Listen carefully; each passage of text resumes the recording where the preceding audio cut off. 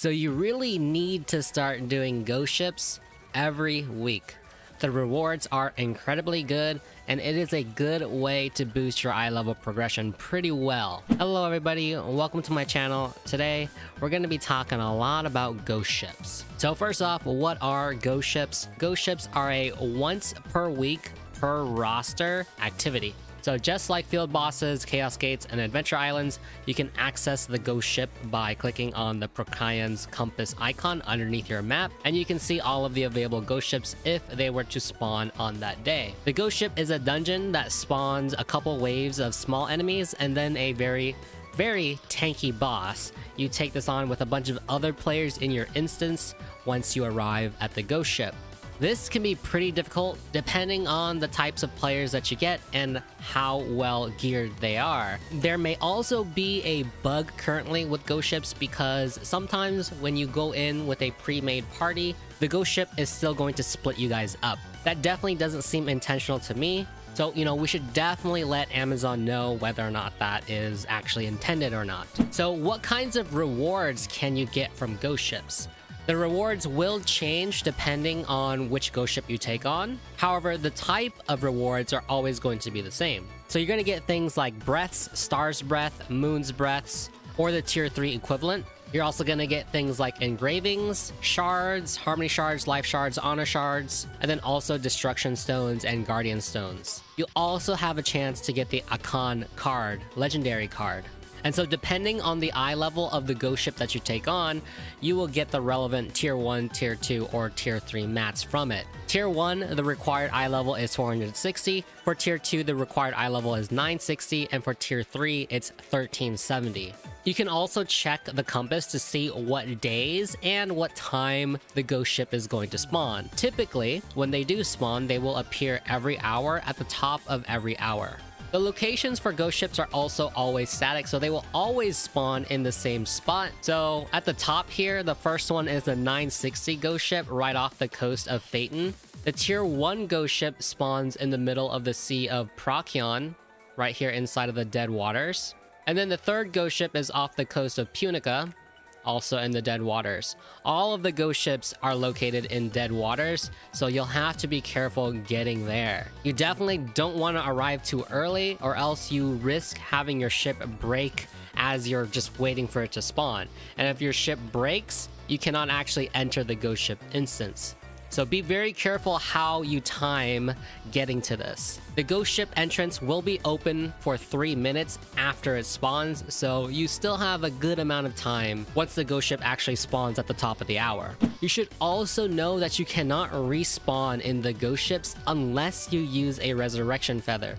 If you decide not to use a resurrection feather, you will be kicked from the instance and you will not be able to re-enter for the rest of the week. This goes similarly if you just fail killing the boss with your group. So you definitely want to make sure that you actually finish killing this boss. Waiting a whole week and missing out on all of these rewards is definitely a bummer, and you don't want that to happen. Additionally, when you arrive on the ghost ship, you're going to notice that you are going to be affected by a bunch of debuffs. That debuff is called the foul energy debuff, and it's going to decrease your move speed and your attack speed by a pretty good amount. There is, however, a way to get rid of this debuff, and I'll get to that in just a little bit. Before you take on the ghost ship, there is a daily Unis task that you also want to accept. This way you can take on 2 birds with 1 stone. This daily Unis task is called the Bleak Night Fog, and the reputation associated with it is the ghost ship Eiburn's Wound. By acquiring the Reputation 3 level reward, you're going to be awarded with the ghost ship Eiburn's Wound, and this is going to be key so that you don't get affected by those debuffs inside of the ghost ship. Completing this reputation is going to take you 12 weeks to do, since you can only get reputation credit for this once a week. It requires you to actually go in and complete the ghost ship. There is, however, a way to get this a lot faster if you so wish. If you have the item, the instant completion pass, you can use this on that daily, and you won't have to wait every week in order to progress that reputation. So you can lower this from 12 weeks down to 12 days. The ghost ship is also a pretty decent ship. It sports a lot of dead waters resistance and is relatively fast as well. However, the main reason why you want this ship is because you can use the Berald crew member. He is basically going to remove that debuff that you get once you get onto that ghost ship. So you can see here that you get physical and magic damage reduction plus 60%, some extra attack power, and some extra attack speed and move speed inside of the ghost ship. There are 3 levels of this.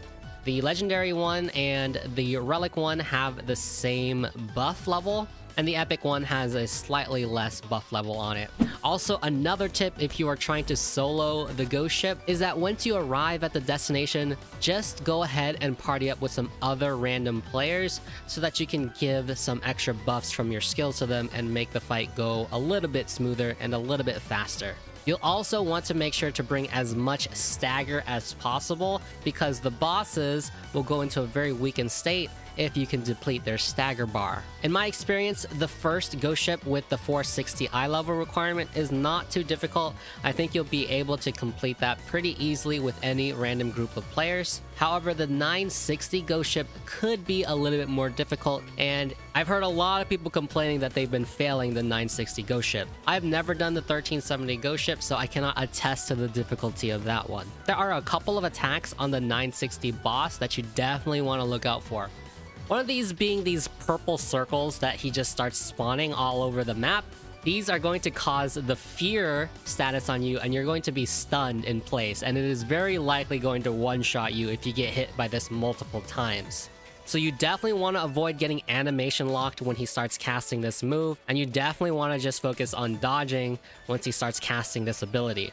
You can tell he's about to cast this attack when he holds his dark orb thingy up above his head with both of his hands. He's got another attack that will very likely one-shot you, where he begins to gather in a bunch of energy by bringing in all of his limbs towards his center and then unleashing it outwards, and then it's going to start rotating around him slowly. In order to dodge this, just walk around him in a clockwise motion and don't get hit by the beams. Another tip here, because it definitely took me a while to figure this one out, but obviously do not use your resurrection feather while he's still doing this move, because you're just gonna res right into it and die instantly again.